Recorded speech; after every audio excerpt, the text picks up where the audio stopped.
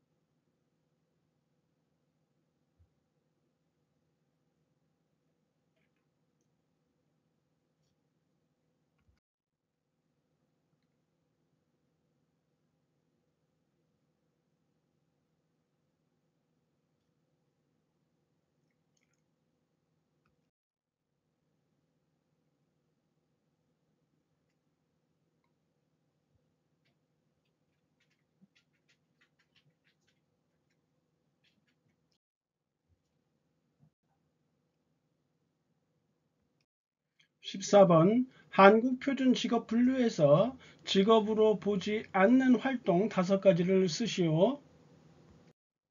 첫 번째, 이자, 주식 배당, 임대료 등과 같은 자산 수입이 있는 경우는 직업으로 보지 않아요.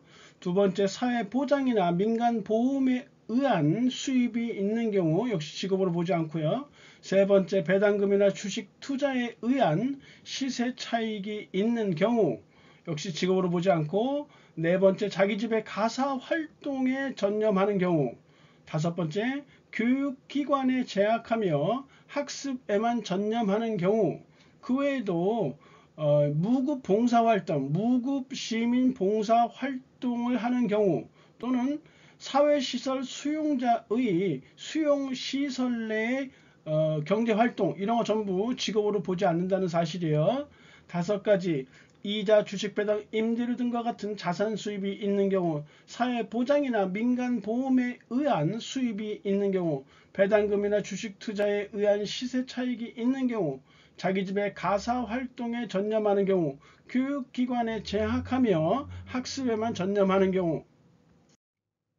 15번 직업 적응 이론에서 직업 성격 차원의 4가지 성격 요소예요. 성격 차원이 있고 적응 방식 차원이 있는데, 적응 방식은 융끈적반이죠. 융통성, 끈기, 적극성, 반응성. 직업 성격 차원은 민영리제예요. 민첩성, 그 다음에 역량, 리듬, 지구력, 이 4개에 대해 쓰시면 돼요. 민첩성, 정확성보다는 속도를 중시한다. 역량, 작업자의 평균 활동 수준을 의미한다. 리듬, 활동의 다양성을 의미한다. 지구력, 다양한 활동 수준의 기간을 의미한다. 민첩성, 정확성보다는 속도를 중시한다. 역량, 작업자의 평균 활동 수준을 의미한다.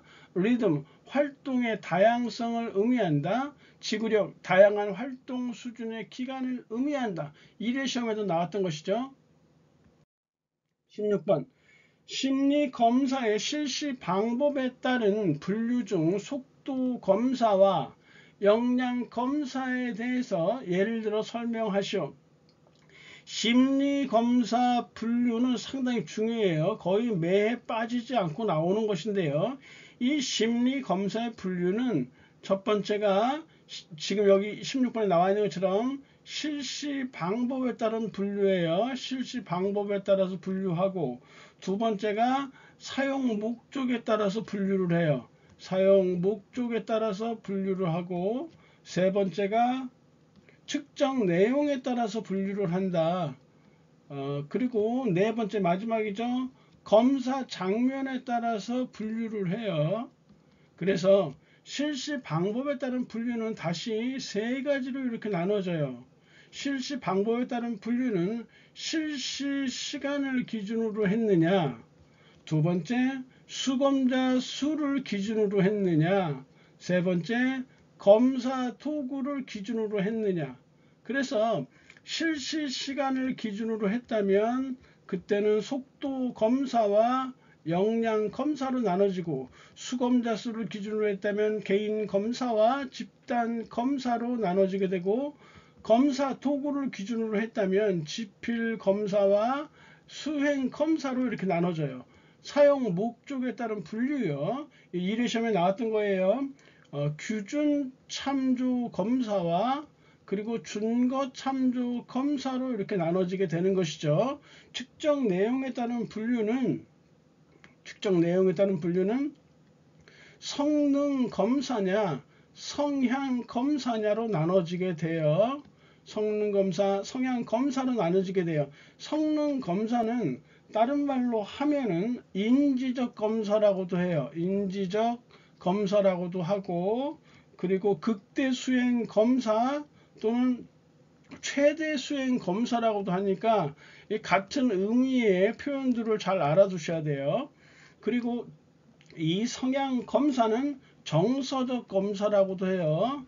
정서적 검사라고도 하고 습관적 수행 검사라고도 하니까 이런 표현들을 잘 알아두시기 바라고요. 검사 장면에 따른 분류는 세 가지로 나눠지는데, 축소 상황 검사냐, 두 번째 모의 장면 검사냐, 이렇게 모의 장면, 그 다음에 경쟁 장면 검사냐, 이렇게 나눠진다. 지금 우리가 할 것은 실시 방법에 따른 분류, 그래서 속도 검사냐 역량 검사에 대해서 이렇게 쓰면 돼요. 규준 검사는 이거는 규상이라고 했었죠. 상대 평가 이게 검사예요.